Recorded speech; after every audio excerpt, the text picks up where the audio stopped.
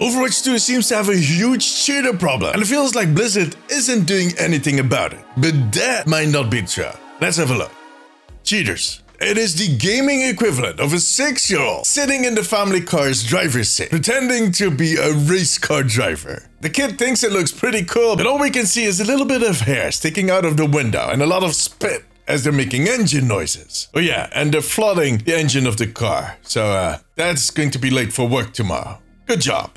But seriously, it's about the most useless thing you can do in any game. But it does seem to happen a lot in a lot of shooter games, and that includes Overwatch. Now, to be fair, up till now, Overwatch has done a pretty okay job dealing with these cheaters. I personally don't run into them a lot, but I play on a gold platinum level. If you are using cheating software and you're stuck in platinum, you need to check if your mouse and keyboard is connected. However, people run into them more frequently at the higher ranks. And according to some top 500 players, it has gotten really bad in the last 2 weeks. Flats did a video last week about this spin botting duo that is roaming around in top 500, and he shared some footage of a code that was sent to him by Bastion May. And it is one of his most nauseating videos ever. And I don't mean anything personal to Flats, it's because of that whole spinning and the fact that two like that managed to climb the ladder up to the top 500. That is a lot of games and hopefully a lot of reports. If you are spin botting, everybody can see it. It's not like you're being subtle about it. Look at it. Yet they can continue doing this. I've also seen clips of aimbotting, wall hacking, and even one of a guy that was lag switching. Lag switching, that has been around longer than some of you watching these videos, without kidding. And that should be quite easy to detect, especially if you get a lot of reports. How is this possible? Why is Blizzard not doing anything? Well, one of the reasons that we're seeing so many more cheaters is because the game went free to play. But that has been a while now. I mean, over a year. And from what I'm hearing, it's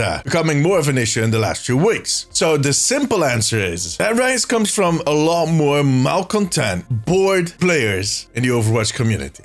A lot of people don't take the game seriously anymore. They don't care about their account. It has become a joke for them, which is the result of a big trust issue. Now, Blizzard's reaction to all of this is kind of double. Part of it is perception, as always. There might be a bit of a resource issue. I don't know, with all these people getting fired. I don't know how hard the QA and customer support teams were hit, but those are usually the first people to go. But there's also a strategic reason. Streamer Pirate Software, Thor, he has his own indie studio now. He talked about this topic last year. I'll leave the clip below. It's very interesting, definitely worth a watch. Game developers are in this continuous uphill battle against cheat developers. It's a bit of a tit-for-tat deal, where cheat developers find a vulnerability in your game and they'll exploit it, make software, and they get customers that use that software to cheat in your game. At which point the developer discovers the cheat because they get reports in, they see weird behavior, so they'll close down that vulnerability, start banning, and then the cheat developer will notice that and shift strategies, find something new, and you basically get this cycle. Now, you can choose to react, ban, and plug that hole on every single encounter of a cheat. Then you make it really easy for these cheat developers to react and to kind of develop new ways. Again, then you kind of get caught in that cycle, which makes sense. Those guys, their focus is making these cheats. Blizzard's focus is making a game. Now, if you kind of leave some time in between those reactions, those ban waves, if you kind of ban people and plug those holes every few months, you not only make it pretty difficult for that cheat developer to catch up and to figure out what exactly happened, you also piss off a huge chunk of their user base,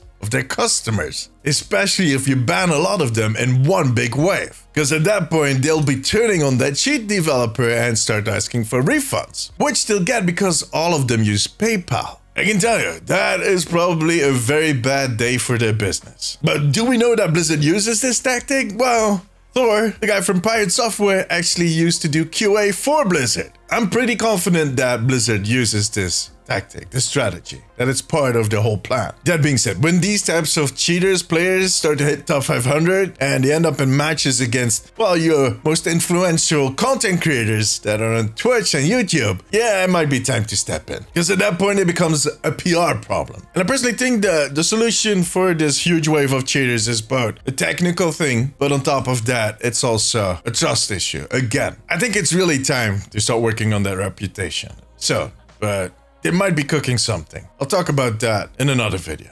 However, for now, that was it. A huge thank you to my patrons. I could not make these videos without you guys. You have my eternal gratitude. If you have a few minutes left, maybe check out this video. Click it. But above all, take care of yourself, take care of each other. Bye bye.